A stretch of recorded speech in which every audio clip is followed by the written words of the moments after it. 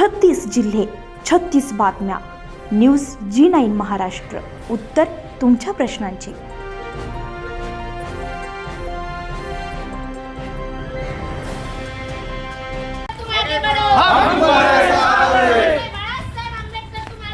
हम तुम्हारे साथ हैं.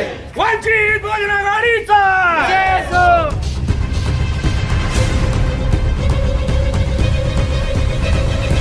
देशभरात गॅस सिलेंडरच्या वाढत्या किमती आणि टंचाईमुळे सर्वसामान्य जनतेचं कंबरडं मोडलंय. या पार्श्वभूमीवर आज मूर्तिजापूर येथे वंचित बहुजन आघाडीच्या वतीनं केंद्र सरकारच्या धोरणांचा निषेध करण्यासाठी तीव्र निदर्शने करण्यात आली आहे. नरेंद्र, कधी मिळणार सिलेंडर, असा थेट सवाल करत कार्यकर्त्यांनी उपजिल्हाधिकारी कार्यालयासमोर चूल पेटवून भाकरी भाजत सरकारचा निषेध नोंदवला. जुलमी दरवाढीचा निषेध सोमवार दिनांक 6 एप्रिल 2026 रोजी आयोजित या राज्यव्यापी आंदोलनाअंतर्गत मूर्तिजापूर तालुका वंचित बहुजन आघाडीचे शेकडो कार्यकर्ते आणि महिला मोठ्या संख्येने रस्त्यावर उतरलेल्या होत्या. आंदोलकांनी हातात फलक धरलेले होते, ज्यावर सिलेंडरला मतदान केलं असतं तर ही वेळ आली नसती असं उपरोधिक संदेश लिहिलेले होते. गॅस सिलेंडरच्या किमती सर्वसामान्यांच्या आवाक्याबाहेर गेल्यामुळे पुन्हा एकदा लाकूड फाटा गोळा करून चुलीवर स्वयंपाक करण्याची वेळ गृहिणीवर आल्याचं यावेळी सांगण्यात आलंय. उपविभागीय अधिकारी कार्यालयासमोर जोरदार घोषणाबाजी केल्यानंतर आंदोलकांनी तहसीलदारांमार्फत सरकारला निवेदन सादर केलंय. या निवेदनात म्हटलंय की घरगुती गॅस सिलेंडरचे दर तात्काळ कमी करण्यात यावेत. सामान्य जनतेला आणि गरीब कुटुंबाला परवडेल अशा किमतीमध्ये गॅस उपलब्ध करून द्यावा. उज्ज्वला योजनेतील गॅस रिफिलिंगसाठी विशेष सवलत देण्यात यावी. चुलीवरची भाकरी आणि संताप. आंदोलकांचे मुख्य आकर्षण म्हणजे कार्यालयाबाहेर मांडलेली चूल. महिला कार्यकर्त्यांनी लाकूड जाळून त्यावर भाकरी थापून आणि भाजप सरकारला ती भाजून सरकारला महागाईची जाणीव करून दिली आहे. एकीकडे डिजिटल इंडियाच्या गप्पा मारल्या जात आहेत तर दुसरीकडे गरिबांना पुन्हा धुराच्या चुलीकडे ढकललं जात आहे असा संताप यावेळी व्यक्त करण्यात आला आहे. यावेळी वंचित बहुजन आघाडीचे जिल्हा आणि तालुका स्तरावरील पदाधिकारी, स्थानिक कार्यकर्ते आणि मोठ्या संख्येने नागरिक उपस्थित होते. मागणी मान्य न केल्यास आगामी काळात हे आंदोलन अधिक तीव्र करण्याचा इशारा देखील देण्यात आला आहे. बहुजन आघाडीच्या वतीने मूर्तिजापूर तालुक्यामध्ये LTO कार्यालयासमोर, तहसील कार्यालयासमोर या ठिकाणी आम्ही आगळेवेगळं असं एक आंदोलन या ठिकाणी करत आहोत. श्रद्धेय बाळासाहेब आंबेडकर यांच्या आदेशानुसार भारतामध्ये, आपल्या महाराष्ट्रामध्ये या सिलेंडरचा तुटवडा झाला आणि सरकार म्हणते तुटवडा कुठंच नाही आहे. आणि आपल्याला माहिती आहे तुटवडा जे मोठे मोठे शहरात, मोठे मोठे सिटीत, पुण्यासारख्या सिटीतनी जे विद्यार्थी शिक्षण घेण्यासाठी जातात, आज त्यांच्यावर सुद्धा एक असं मोठं संकट आलेलं आहे. आणि त्या विद्यार्थ्यांचे जे मेस आहे ते मेस सुद्धा त्या ठिकाणी बंद पडलेले. जे विद्यार्थी आहेत ते उपाशी तिथं भटकत आहेत. जे छोटे मोठे ऑटो चालक आहेत ज्यांना जे सिलेंडरची आवश्यकता आहे, सिलेंडर ते छोट्या छोट्या रिक्षा चालकांना सिलेंडर भेटत आहे, त्यांचा उदरनिर्वाह सिलेंडर वाहतं, त्यांचं घर चालते.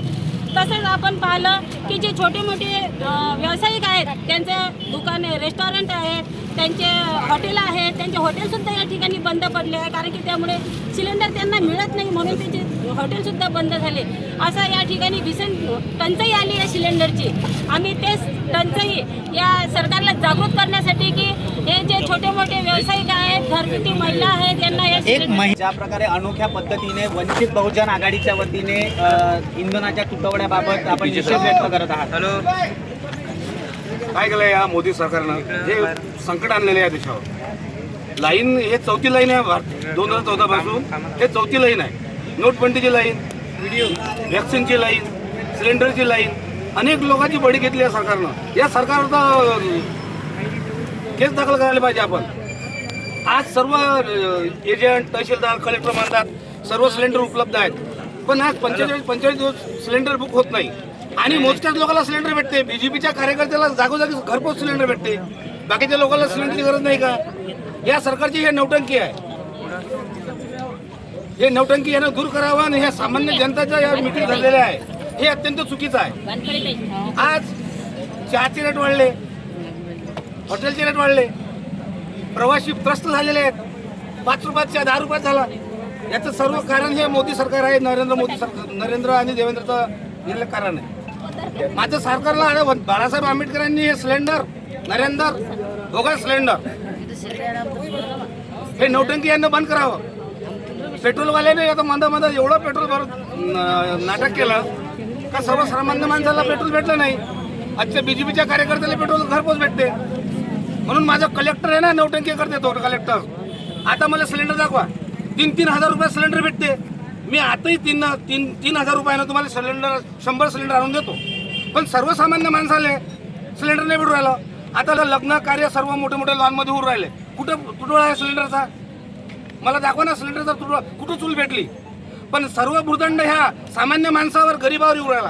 आंदोलनाचा पवित्रा स्वीकारलेला आहे, काय सांगले आपण? आज या देशामध्ये